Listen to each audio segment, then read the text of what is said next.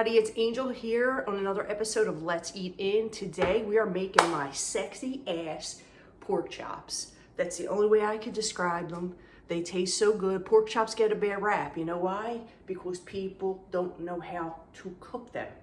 They don't know how to cook them. They overcook them. Do not overcook the pork chop, okay? Do not overcook the pork chop. I'm going to show you how to do this right, okay? So we could be a fan of pork chops again, okay? So the kids don't turn around and say, no, mommy, I don't want the pork chop. I don't want the pork chops. They're going to want these pork chops, let me tell you. Okay, we're going to start by chopping a large onion, and we're just going to do it this way, like in those, you know, like half moon shapes. Okay, now that I've added 3 tablespoons of butter and a tablespoon of olive oil, I heated it up the temperature. See that nice little sizzle? That's what you're looking for. We're going to cook these onions up.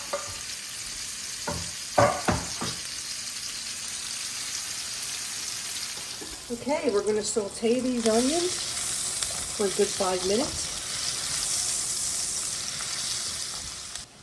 Okay, after your onions have been simmering here for about 4 to 5 minutes, you want to get 4 tablespoons of beef stock. Now I'm using unsalted because I want to control my salt intake. Okay, now this is going to simmer in here really beautifully for 10 minutes, and then we are going to remove these onions. Okay, so now that these onions have been simmering in here for 10 minutes, we're going to remove them. Move them to a bowl. See, this is what we want. We want them beautiful, caramelized, beautiful brown right here. Now it's time to season your pork chops with some kosher salt, some ground black pepper, some thyme flakes,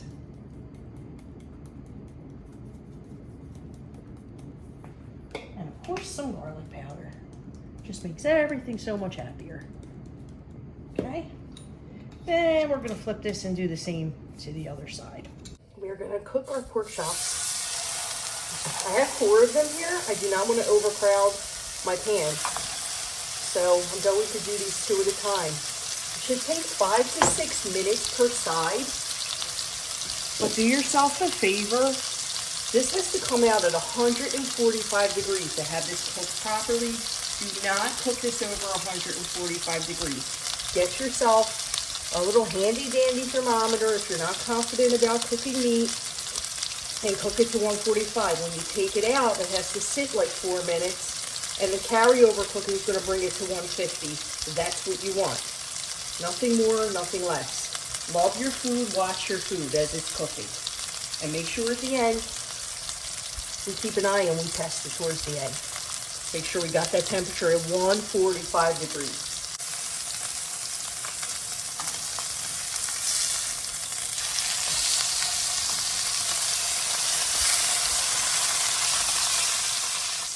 We test it.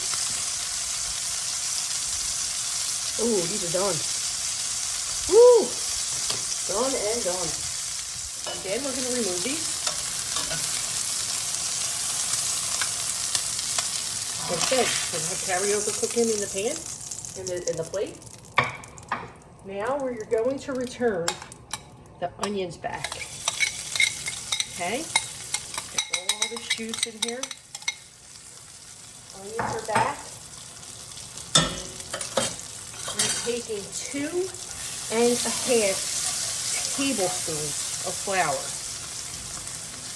We're going to stir it in here, and we're going to cook this up for at least a minute or 2.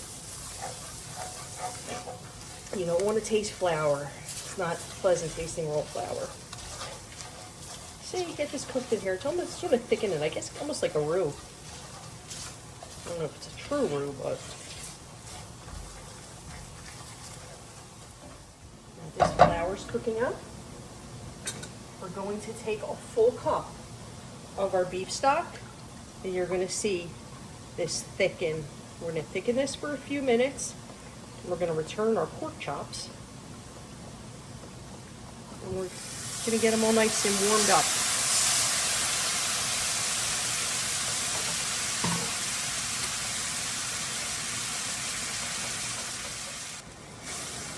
I just wanted to cook in here and thicken up. Look how pretty this is getting. Okay, now at this point, we're gonna add a little bit of salt and pepper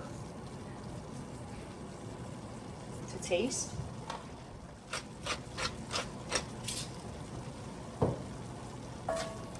Give us a mix. Add our pork chops in here, right in here. Warm them up in here, and you want to get all this beautiful juice in here.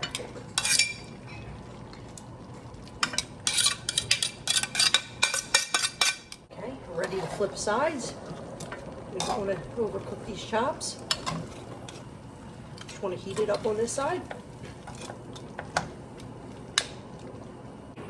Now we are ready to shut off our gas. We are ready to plate. Or at least put these pork chops in a plate. Okay. And these, folks, are my sexy ass smothered pork chops. Come give them a try. Let's eat in.